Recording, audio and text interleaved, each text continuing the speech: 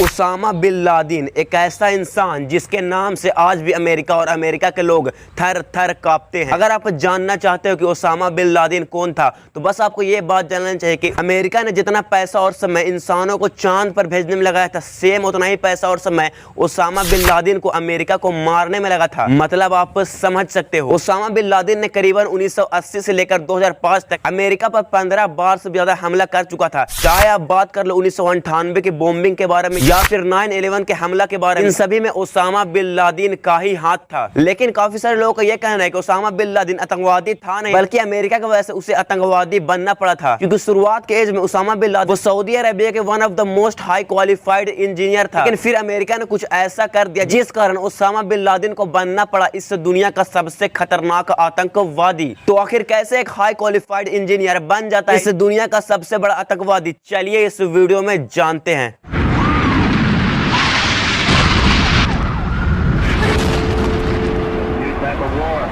That's what it is.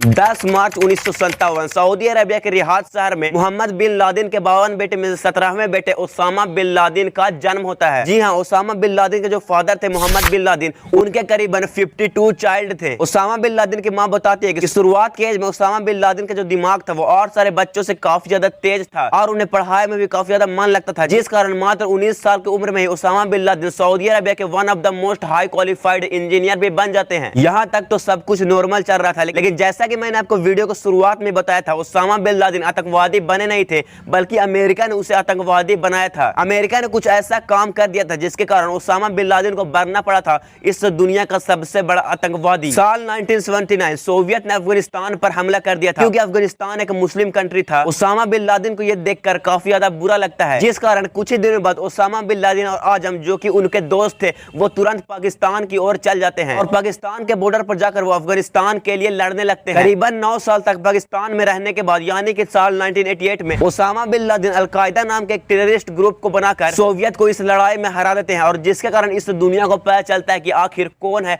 Osama bin Laden. आपको ये जानकर हैरानी होगी कि अल-कायदा नाम के ग्रुप को बनाने के बाद सऊदी अरेबिया के जो अपने लोग ही थे वो ओसामा बिन लादेन को सपोर्ट नहीं कर रहे थे, जिस कारण ओसामा बिन लादेन को सऊदी अरेबिया से निकाल भी दिया जाता है। करीबन 1 साल बाद ओसामा बिन लादेन सूडान नाम के एक कंट्री में जाकर अल-कायदा ग्रुप को और भी ज्यादा मजबूत बना लेते हैं। 1989 में अल-कायदा जो है वो पहली बार सोमालिया में अमेरिकन ट्रूप्स पर हमला करती है, लेकिन इसमें एक भी अमेरिकन आर्मी की डेथ नहीं होती है, जिस कारण फिर से अल-कायदा ग्रुप के द्वारा 1993 में सोमालिया में अमेरिकन ट्रूप्स पर फिर से हमला होती है और इस बार लगभग 18 अमेरिकन ट्रूप्स की डेथ हो जाती है। अगेन 1995 और 1996 में अल-कायदा ग्रुप के द्वारा अमेरिका के खुबोर टावर और नेशनल गार्ड्स पर हमला होती है। लेकिन अब मैं आपको जिस हमले के बारे में बताने जा रहा हूँ इस हमले के सामने कुछ भी नहीं था। 11 सितंबर 2001 अमेरिका के न्यूयॉर्क शहर में सब कुछ नॉर्मल चल रहा था, लेकिन वही अचानक एक hijack plane World Trade Center के एक बिल्डिंग पर टकरा जाती है। अमेरिका को जब तक ये पता चलता कुछ देर बाद एक और प्लेन आती है और वर्ल्ड ट्रेड सेंटर के दूसरे बिल्डिंग पर टकरा जाती है। इस वर्ल्ड ट्रेड सेंटर के हमले में करीबन अमेरिका के 4000 लोग की मौत होती है और लाखों लोग इंजर्ड भी होते हैं। ओसामा बिन लादेन ने करीबन 1980 से लेकर 2005 तक अमेरिका पर लगभग 15 बार से ज्यादा हमला कर चुके थे, लेकिन अमेरिका ने उन्हें एक बार भी नहीं पकड़ पाया, जबकि अमेरिका एक काफी ज्यादा पावरफुल कंट्री था। लगभग काफी ज्यादा सालों की मेहनत और पैसा खर्च करने के बाद